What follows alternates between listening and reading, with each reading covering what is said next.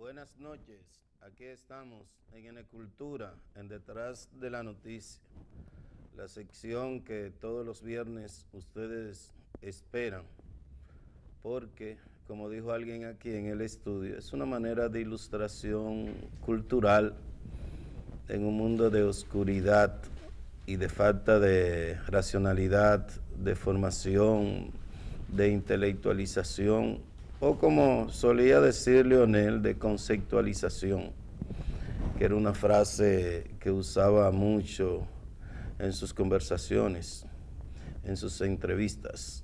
Hoy vamos a hablar, primero quiero hacer un comentario, que hoy se inicia el Congreso de Bachatas y Cuerdas del Centro León, el 7º Congreso Internacional de Música, que lo organiza básicamente el Centro León, el Ministerio de Cultura y otra fundación de Tejada, que formó ese proyecto para que se organizara en esta ciudad. Y es un proyecto muy interesante, y hay que decir que el Centro León se ha convertido en uno de los mejores centros culturales del país. Y qué bueno que la familia Eduardo E. León Jiménez y su fundación decidieran, después de tener más de 50 años organizando el concurso de artes plásticas, decidió hacer este proyecto museístico en el país. Y eso lo celebramos. Quisieran que otras familias pudieran hacer lo mismo en cada una de sus ciudades, ya que han acumulado tantos recursos, tanta riqueza, tanto en moneda nacional como internacional, incluso en euro, que le devuelvan algo de sus beneficios a la ciudad y que lo hagan por la cultura. Eso honra a la familia. Incluso tienen una emisora también que es fabulosa, que se llama Raíces, y patrocinan incluso un concurso de literatura en Radio Santa María, aunque los grandes patrocinadores de la cultura eran esa familia. Pero después que la familia dejó a sus hijos, pues ellos tumbaron todo el patrocinio cultural que se hacía en el país. Incluso hasta conseguir un brindis de sus productos, hay que ir ya a mandar la carta a Brasil. Y ya ellos no son los dueños principales, aunque son, sí, una parte importante de esa empresa, y con ellos se ha perdido una marca país, porque su producto era reconocido a nivel internacional. Y cuando uno iba a buscar a alguien al aeropuerto, lo primero que decía, guárdame una cerveza de esa marca, para entender que entraba al país. Entonces vamos a poner la imagen. Digo esto para aclarar que no es posible que el Ministerio de Cultura, y lo hicieron en nuestra gestión, de 5 millones se daba antes para este congreso de bachatas y cuerdas en el área del Caribe, el 7º Congreso, y a los artistas, gestores culturales, periodistas, no se le dé una invitación para ir. Hoy empieza hasta el domingo. Y por ejemplo, yo he visto escritores como Andrés Acevedo quejándose de que ni siquiera le llegó una invitación, que es un gestor cultural, es un investigador, escribió ahora el libro Las instituciones culturales de Santiago, origen y desarrollo. Lo digo por mí, que es un gestor cultural de más de 40 años en esta ciudad. Fui viceministro de Cultura, puesto que nunca había existido. Creé una estructura cultural y una trayectoria que la gente habla de ella todavía, y que parece ser que no va a ser superada por ninguna gestión por el momento. Pero no solamente eso, tengo una especialidad en gestión cultural. Hago el único programa cultural de Santiago y el país, Enecultura, en Detrás de la Noticia. Y soy periodista profesional, no un enganchado, sin formación, que hago este programa de manera gratuita, porque no cobro un centavo. Todo lo que he hecho a nivel de periodismo cultural no cobro. Y se haga esa actividad y no sean capaces de invitar a los artistas. Incluso dentro del sector cultural hay una queja permanente, que los gestores culturales de Santiago no se han beneficiado nada del Centro León, porque ahí lo que trabajan son personas internacionales. Incluso ahí está el cubano Felipe Rodríguez, amigo nuestro, cuando empezó en el Centro de la Cultura con el ICA y su esposa, y me conoce, y es casi el jefe ahí de eso, que no es un gestor cultural del país, y sin embargo gana mucho dinero en ese Centro León, y no conoce y no es capaz ni siquiera de enviarle una invitación a uno. Por eso es que uno ni siquiera tiene deseo de anunciarle las actividades de ellos. ¿Por qué? Porque no corresponden. Si este es el único programa cultural y está en uno de los programas que más se ve en todo el Cibao y en el país, como detrás de la noticia, ¿cómo es posible que ellos no sean capaces ni siquiera de incluirme en la lista de periodistas? Y soy el único periodista cultural que está haciendo cultura ahora en la televisión, que lo he hecho, lo hice en Areito, lo hice en el periódico Hoy, lo hice en el Listín Diario a través de Ventana, aquí, y ni siquiera para ese evento tienen la generosidad de invitar a uno, de llamar a uno. Incluso la relacionadora pública, la periodista, estaba en el Listín Diario, que la hemos utilizado como poeta, una poeta importante de la nueva generación o la nueva camada. Y ni siquiera tienen esa cortesía cuando ellos se van a beneficiar, porque si yo voy a ese encuentro, a ese congreso, lo que voy a hacer son entrevistas, les voy a anunciar sus actividades, hago un programa especial de media hora sobre ese congreso.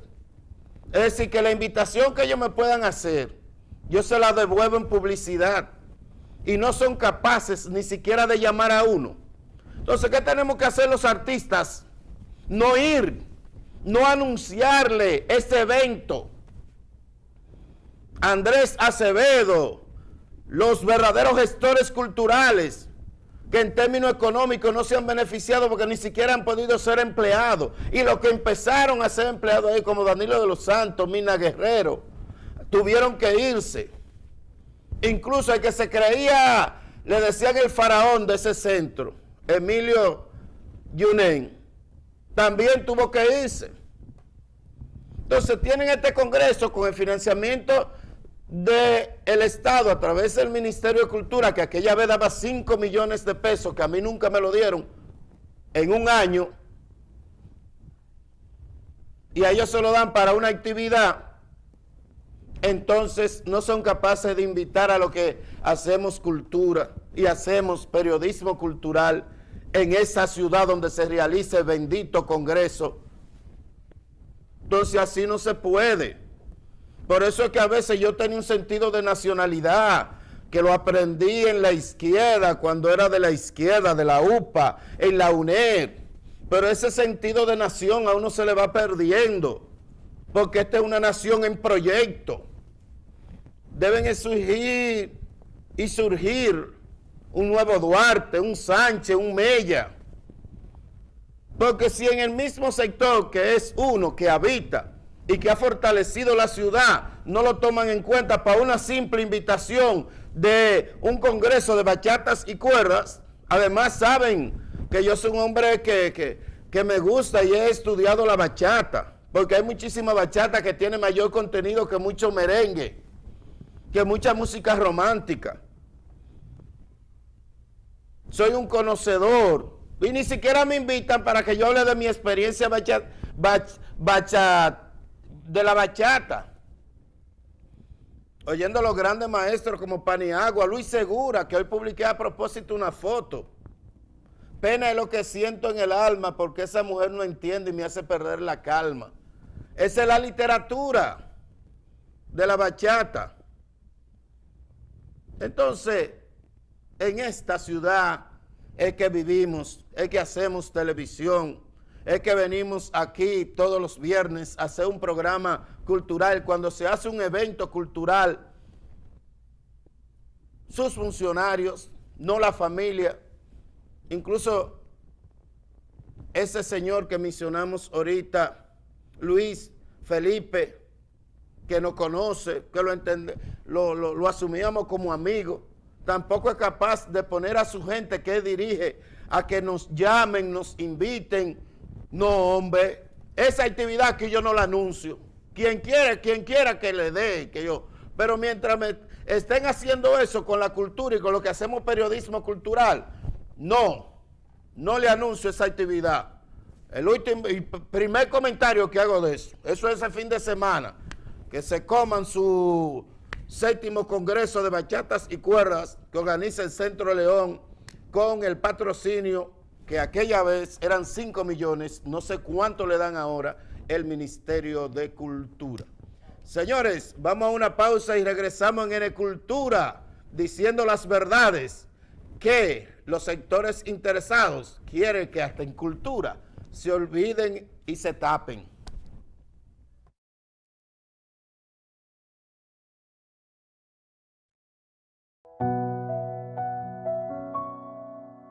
Ya está a la venta el libro El saqueo a la República Dominicana, del periodista Esteban Rosario, donde se revelan los actos de corrupción de los funcionarios del Estado, los empresarios, políticos, síndicos y militares. El saqueo a la República detalla los mecanismos, cómo se robaron las empresas del Estado, las tierras y miles de millones de pesos sin que nadie caiga preso. Adquiéralo en las librerías de Santiago y Santo Domingo o en la oficina de Detrás de la Noticia en los teléfonos 809-724-4787 y en el 809-697-9282.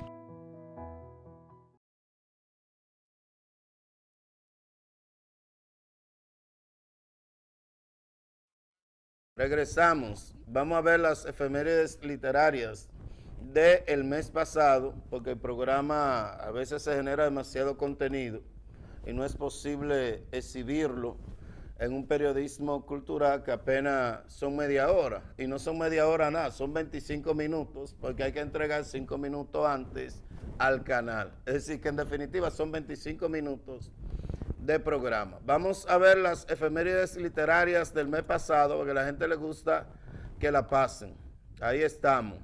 Vamos a ver las que están también en la que trae preparado. Mírenlo, ahí está Nicolás Ureña de Mendoza. Nació en 1822 y murió en 1825. Nació en Santo Domingo el 25 de mayo. Ahí está malo, no es mayo, es marzo. Porque esas son las efemérides literarias de marzo. Es un error mío, que a veces en televisión quieren pegarle el error a otro. Entonces era poeta, educador, abogado, político, periodista. Se le consideraba un poeta costumbrista y magistrado de la Suprema Corte de Justicia. Sobre todo, era hijo de Francisco Ureña Romana de Mendoza. Se dedicó al magisterio en la primera escuela que tuvo en Azo. Más tarde ejerció la abogacía. En 1847 contrajo matrimonio con Gregoria Díaz y León, con la que tuvo a Salomé Ureña, una de las figuras literarias más notables del siglo XIX. Vamos a la otra. Velo ahí. Escritor, pedagogo, y sobre todo las primeras lecciones de la poeta de la patria, como se le llama Salomé, fue él. Es decir, que es un origen familiar de grandes escritores que viene desde la familia de Salomé. Continuamos. Participó activamente en la política, fue partidario de Buenaventura Báez y fue desterrado por el general Pedro Santana en 1855. Vean los datos de Santana, que oí un historiador diciendo que hay que dejarlo en el Panteón Nacional. Ahí debiera sacarlo si existiera no sé quién, y sacarlo de ahí. Un hombre que se convirtió en un bandido de la historia. Trabajó en varios medios, fundó en el 53 el periódico El Progreso. Empezó a colaborar en diferentes periódicos con un seudónimo. Su obra poética se encuentra dispersa en diferentes sitios, en El Porvenir, en El Oasis, que eran todos periódicos, y también junto con María del Monte inició el costumbrismo. Es decir, que cuando hablemos del costumbrismo dominicano, él es un personaje fundamental, igual que María del Monte. Es un gran intelectual, se dedicó, incluso vamos a ver en las imágenes un poema que hizo. Dale a la otra imagen, mírenlo ahí. El Guajiro Predilecto, ese es un poema de él, es un fragmento. Besa y los ama al pasar al pie de una alta ladera que conduce a una pradera circuida de un guayabar. No muy lejos del descollar se ve un grupo de colinas y entre lindas clavelinas matizadas de colores, cual sólido entre flores, se ve el pueblo de los Minas. Que podemos venir aquí, ahí se ve el costumbrismo, cómo él recoge las costumbres de las localidades. Ahí menciona un barrio emblemático de Santo Domingo, que es Los Minas. ¿Quién no ha pasado por Los Minas? Y cómo él va parsajeando a través de la palabra el costumbrismo de la capital y teniendo como paradigma o como pretexto textual el río Ozama, que ha sido en toda la historia de la literatura dominicana hasta en la generación de los 80, el Ozama, hay un poema del Ozama de José Mármol, es decir, que siempre ha sido un referente contextual para la creatividad. Continuamos, vamos a ver la otra efeméride literaria, para que la gente, vamos a pasarla. Este es Arturo Pellerano Castro, que nació en 1865 y murió en la primera invasión norteamericana. Vamos a ver la otra imagen. Se ve conocido como el Virón dominicano. Aunque nació en Curazao, hizo toda su vida en Santo Domingo. Incluso murió aquí a los 60 años, es decir, que murió muy joven. Fue un destacado poeta lírico. Los temas de sus poemas eran los nativos, la naturaleza, los ambientes populares y la vida del campo. Continuamos. La naturaleza fresca, los ambientes populares, la vida en el campo son el escenario que una y otra vez le atrae para sus rimas, en las que todo es sencillo y natural, sin querer buscar dramatismos o sufrimiento. Con sus criollas dejó a un lado la influencia extranjera para crear un arte de dominicano. Escribió sobre la vida campesina, sus características y todo esto con un aire romántico y de sencillo ingenuo. Regresamos aquí para matizar algo, y es el hecho de que él, siendo de Curazao, viene a República Dominicana, entonces se apodera del sentido cultural y no hace como los escritores intelectuales dominicanos que no les gustan hablar sobre su realidad, sobre su cultura, porque le llaman criollismo, le llaman costumbrismo a eso. Sin embargo, cuando uno lee los grandes autores del mundo, se da cuenta que hablan de su entorno. Si usted va a Cuba y busca a Fernando Ortiz, que hizo lo que la cubanía, es sobre Cuba. Entonces este hombre viene y elabora un ejercicio literario con respecto a nuestra cultura. Es decir, empieza un nacionalismo literario, creativo, a través de un poema que vamos a verlo ahora a continuación, para que ustedes vean, un poema todo el mundo se lo sabe, pero nadie sabe qué es de él. Vamos a ver la otra imagen, para poder, seguimos, mírenlo ahí, a ti, criollo, un fragmento. ¿Quién no se sabe eso o lo ha oído en algún momento de su vida? Yo quisiera en mi vida ser un burro de carga y llevarte en mi lomo a la fuente en busca del agua con que riega tu madre el conuco, con que tú, mi trigueña, te bañas. Yo quisiera mi vida ser un burro de carga. Continuamos.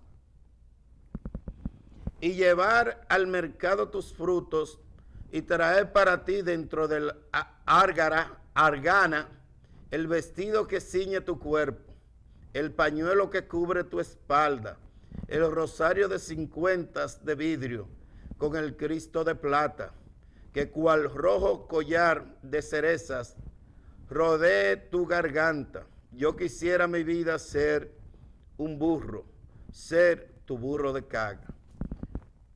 Continuamos. Eso es otro poema. Desde el día que el cierro del monte, cogida de la falda, el arroyo, el cruza, me dijiste, sonriendo, ¿qué pasas? Tus brazos ciñeron mi cuello, al pasarte sentí muchas ganas de que fuese muy ancho el arroyo, de que fueran muy hondas tus aguas. Desde el día que te cuento, trigueña, yo quisiera ser burro de carga. Miren, regresamos aquí. Este es un poema, incluso que el mismo título, quisiera ser un burro de carga, suena un poco folclórico, que otra de las cosas que desprecian los intelectuales, la mayoría dominicanos, que es la cultura popular, para crearse una élite intelectual. Y él quiere ser un burro de carga. Y eso realmente es lo que hemos sido los dominicanos a través de la historia. Y los políticos, lo que nos han cogido como burro de carga toda la vida. Y este hombre refleja ese pesar histórico de la sociedad dominicana a través de ese poema, que se lo presentamos a ustedes para que vean que es un poema de Pellerano Castro, una gente que nació en Curazao pero que vivió toda la vida aquí. Vamos a ver la otra imagen. Vamos a ver la otra imagen. La otra, la que sigue. Entonces ahí está Freddy Gastón Arce, otro poeta que nació en marzo, en 1920 y murió en el 94. Es un excelente poeta, periodista. Continuamos.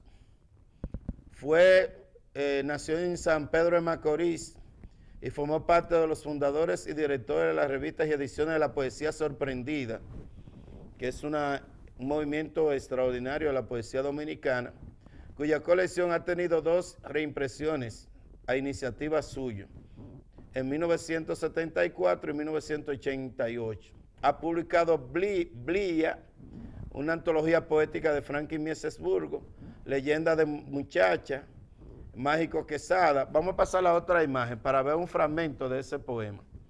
Mírenlo ahí. Miren estos datos.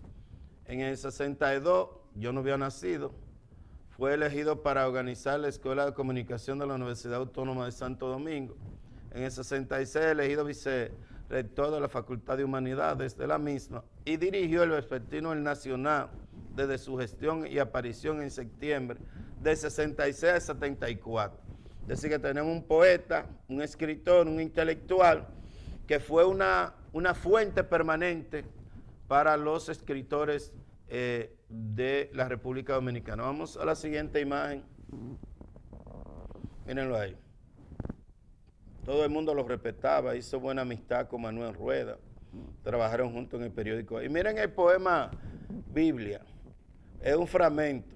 Los espacios aquietados, azules enclavados, astros dan violeta a la torre invertida del cielo.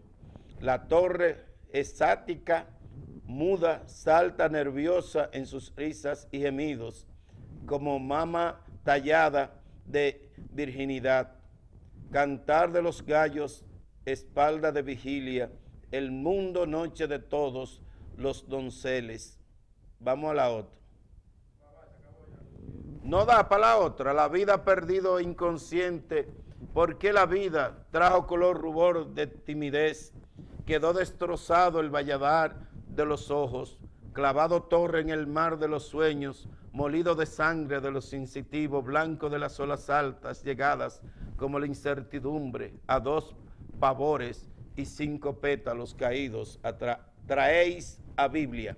Señores, aquí hemos terminado, se nos quedaron más efemérides literarias, se nos quedó comentar el Día del Periodismo, que murió Morillo, queríamos hablar del periodismo, de esa especie de profesión compleja, malvada y falseada y manipulada, pero lo vamos a dejar para luego. Hemos terminado aquí este viernes en Enecultura, el único programa que, aunque no lo invite el Centro León a su congreso de bachatas, estamos anunciando y haciendo de la cultura una filosofía de vida. Buenas noches.